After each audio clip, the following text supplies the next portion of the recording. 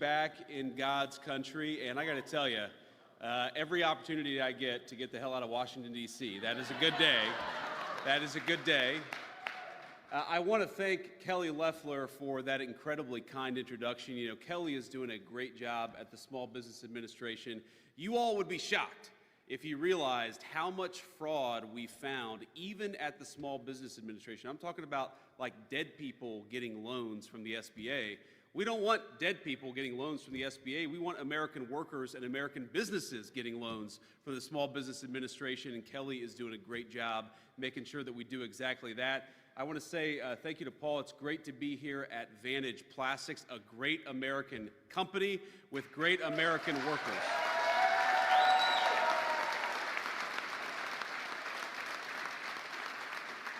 So thank you to Paul Altman, and thank you to the entire team here at Vantage Plastics.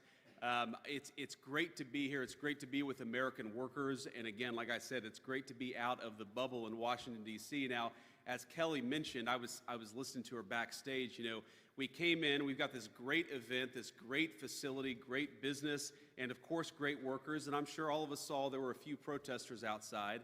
And I can't be the only person wondering, you know, it's a little after noon on a Friday, and don't you all have jobs? Who are the people?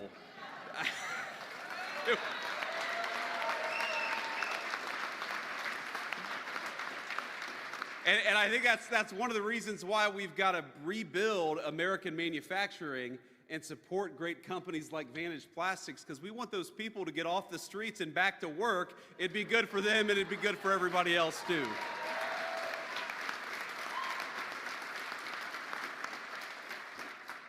Now, y'all don't hold it against me. Of course, you know that I'm from that state, just one state south. But we know in the industrial Midwest that companies like Vantage give Great Lakes states the reputation that we know it is the powerhouse of American industry, and that makes it the powerhouse of world industry. I'm grateful for the good-paying jobs this company brings to the area and for the incredible job this business does generating economic opportunity in this region of our country. And I really do believe that America's success depends on the success of companies like Vantage Plastics. And I don't mean that in some abstract, poetic-sounding sense. I mean it literally. If we do not protect our nation's manufacturers, we lose a fundamental part of who we are as a people. Making things, building things, working with our hands is America's heritage, and that heritage is alive and well in this facility.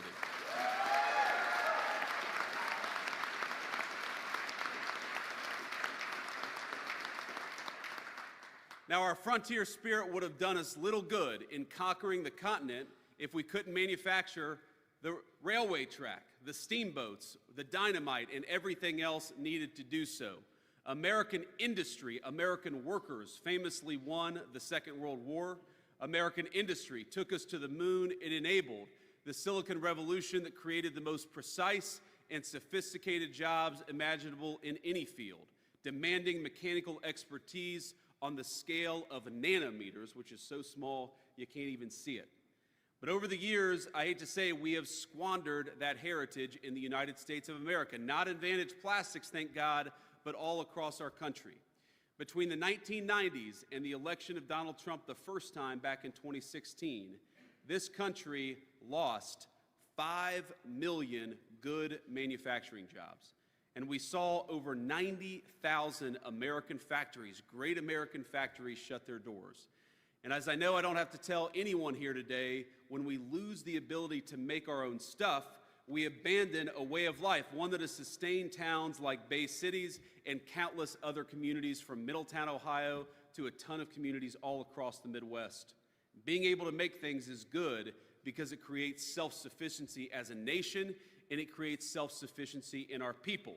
And more importantly, manufacturing jobs are good for our workers. Now, we know this. You all know this. They pay a premium of 10% compared to wages in other fields and other roles.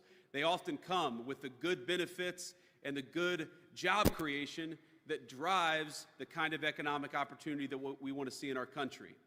When we deindustrialize, when we lose those good jobs that allow us to support families, those are the kinds of things that we lose, and I think that we need a president, and thank God we have a president that thinks we're going to bring it back, and we are.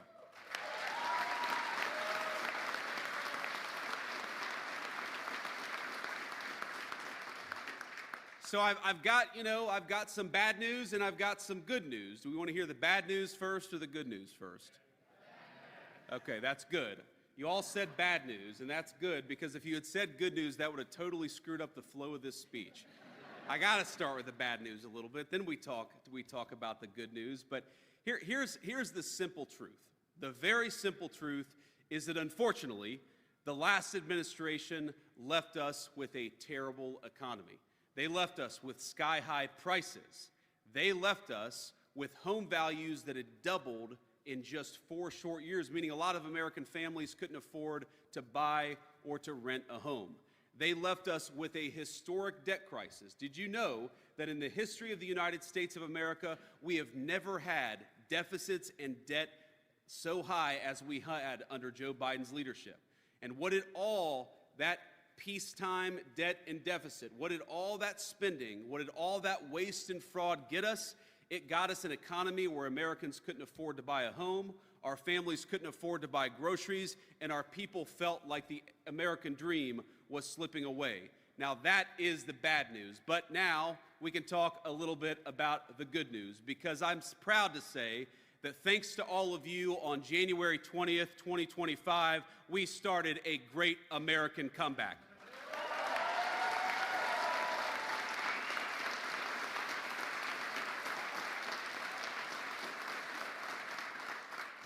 Last November, America re-elected a president with a simple goal: to power our nation's industrial comeback and once again make the U.S. the world's manufacturing superpower, and that is exactly what President Trump has sought out to do.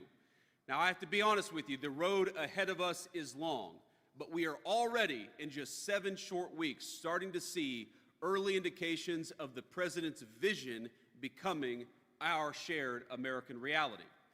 This February, the president's first full month in office, America gained 10,000 American manufacturing jobs. Now, compare that to last year, when under the Biden administration, we were losing an average of about 10,000 manufacturing jobs per month. That's over 100,000 jobs in manufacturing lost in a single year under Joe Biden. And we got to ask ourselves, what has driven the turnaround?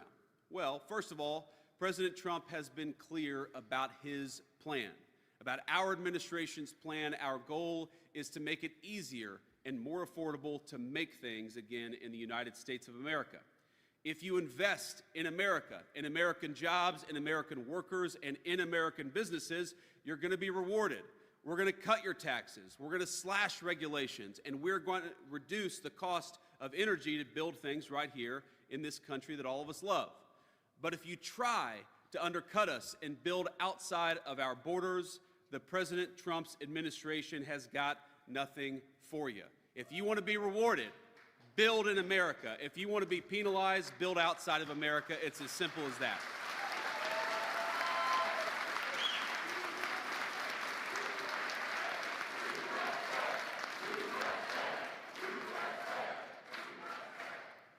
So, if you've gotten rich the last few decades by ripping off U.S. companies and preying on American workers, well, the president is simply telling you the jig is up.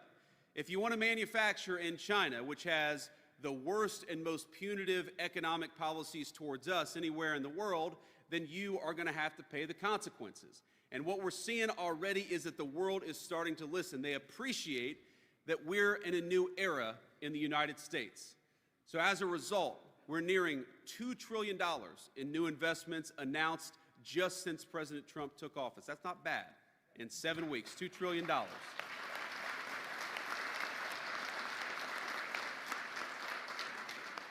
From auto companies and chip makers to paper and electrical product manufacturers, companies from all over the world have announced new plants and big expansions of existing plants in the United States of America. We've seen car factories say 2 months ago, that they were going to ship American jobs off to Mexico, and 7 weeks ago, they started singing a different tune. Now, part of our comeback means unleashing America's energy and making it cheaper and making it more affordable for American businesses and workers to do what they need to do. So, day one in office, President Trump ended the Green New scam and ended Biden's war on American energy.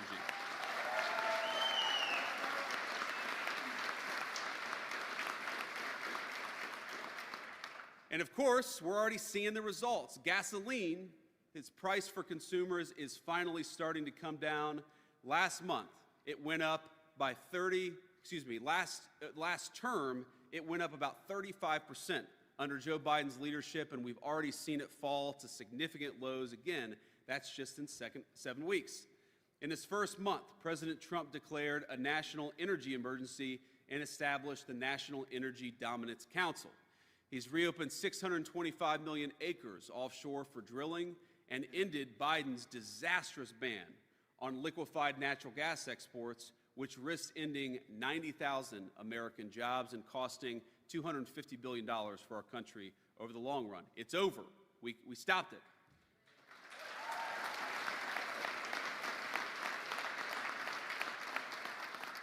Now, in doing so, the president paved the way to approve 2 new massive projects in the United States. And I got to say, it's kind of funny to see some of our Democrat governors in various parts, I won't mention which states exactly, coming to the Oval Office and begging for economic development under Trump's leadership that they knew they would never get under Biden's leadership. And I got to tell you, I carry a word from the President of the United States that we don't care, Democrat, Republican, or Independent. We want to build.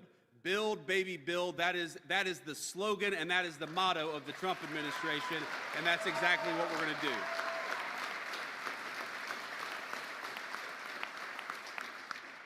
And most importantly, given where we stand here in Vantage, the Trump administration is working hard to slash regulations left and right. And I think, Paul, you'd admit the regulations, we got to get that stuff out of here. We got to make it easier to build stuff in our own country. We can't have people telling our great builders that if they want to start a factory, or if they want to expand a factory, they're not allowed to. And that is the biggest thing I think the Trump administration is working on when it comes to renewing American manufacturing. This Wednesday, as a matter of fact, the administration announced a historic regulatory rollback at the EPA, which will provide relief from all sorts of heavy-handed rules. These include the Greenhouse Gas Reporting Program, which cost U.S. factories and power plants hundreds of millions of dollars, and that money is now going to be reinvested in American workers. And we remember the Clean Power Plan 2.0, which has imperiled America's grid by creating impossible restrictions on coal and natural gas plants that account for 60% of our power. You can't tell people to build in America while at the same time destroying American energy. That's what Joe Biden did. What Donald Trump is doing is saying, build in America, and we're going to help you, we're going to make it more possible, and we're going to make it more affordable.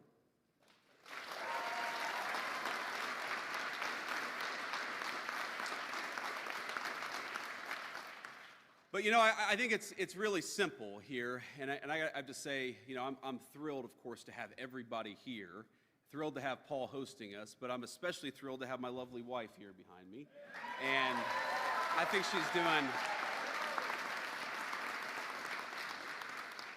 she's doing a great job as Second Lady of the United States, and I'm so proud to have her by my side. And here's the thing, because the cameras are all on, anything that I say, no matter how crazy, Usha has to smile and laugh and celebrate it. So I'm going to be good, though, honey. I'm going to keep to the script here. But I think that what we're really after here, and you see so many people attacking the president's economic programs and attacking the progress that we've made over the past 7 weeks. You hear people saying, well, how dare Donald Trump impose tariffs on foreign countries that have been taking advantage of us for 40 years? And the answer is that unless you're willing to use American power to fight back against what those countries have been doing for a generation, you are never going to rebuild American manufacturing, and you're never going to support the American worker.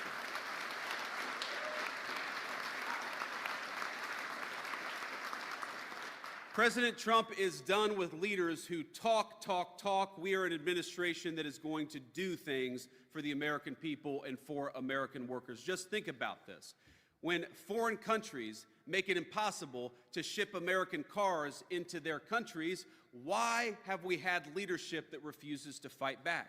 When we have foreign countries that use slave labor that undercuts the wages of American workers, why have we had American leadership that has refused to fight back? When you let literal slaves make stuff cheaply and then bring it into our country, we all know, you all know, that destroys the wages of American workers. And so now we have an American media that says, how dare Donald Trump stand up for the American worker? I think I speak for the American worker when I say, thank God for President Trump for finally standing up for the American worker.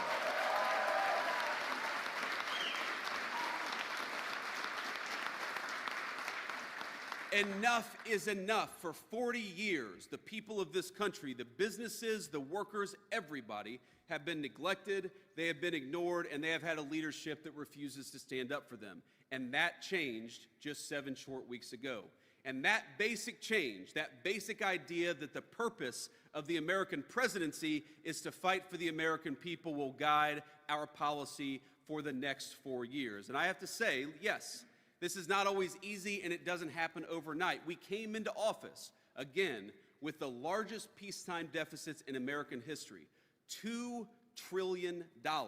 We've never seen deficits like that ever, and certainly not outside of a time of war. And we ought to ask ourselves, what did Joe Biden buy with all of our borrowed money? And the answer is not a damn thing. So we have got to take this country in a different direction, and that is what President Trump's economic policies aim to do. We are done selling out the American worker. We are done overregulating American businesses. We are going to be guided by a very simple principle.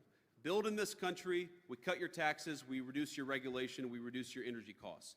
Build in this country, make American manufacturing great again, and we are going to fight for you, and the president will too.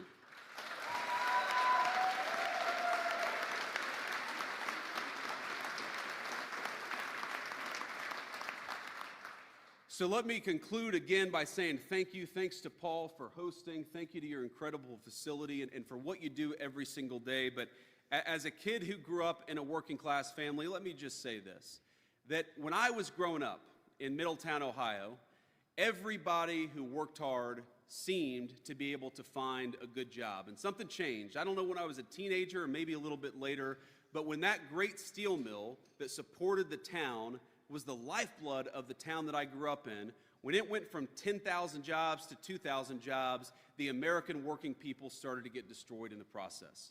We can't keep doing that. We can't keep running the same exact playbook over and over again, expecting different results. We've got to run a different playbook. And 7 weeks ago, President Trump started to run that different playbook. We are not going to borrow from future generations to buy stuff that the communist Chinese make for us. We are not going to put people on welfare instead of giving them good middle-class American jobs. We are not going to drive housing through the roof. We're going to make it affordable again to afford an American home. That is what we're trying to do. And yes, my friends, it's not going to happen overnight. We're not going to be able to fix everything that Joe Biden broke. But I think after 7 weeks, the progress is pretty good. Egg prices are lower than they were when we took office. That's good.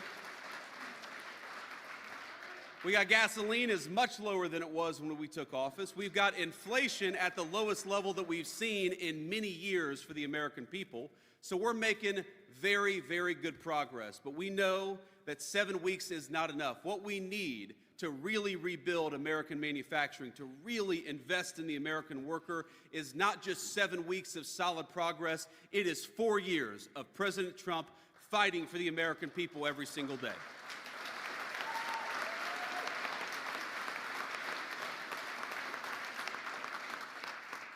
And so let me say, this is not going to be my last stop in Michigan by any means, but as I leave here to go back to Washington, I feel invigorated. I feel invigorated by what you're building at this facility. I feel invigorated by the incredible opportunities that this plant, this facility provides to American workers. I feel invigorated by the fact that you guys are dedicated to your communities, that you're working hard every single day, you're playing by the rules, and you're providing a good life for your families. And I feel invigorated that we finally have a president who is turning his back on 40 years of failed policy in Washington, D.C., and is getting back to investing in and fighting for the American worker. God bless you guys.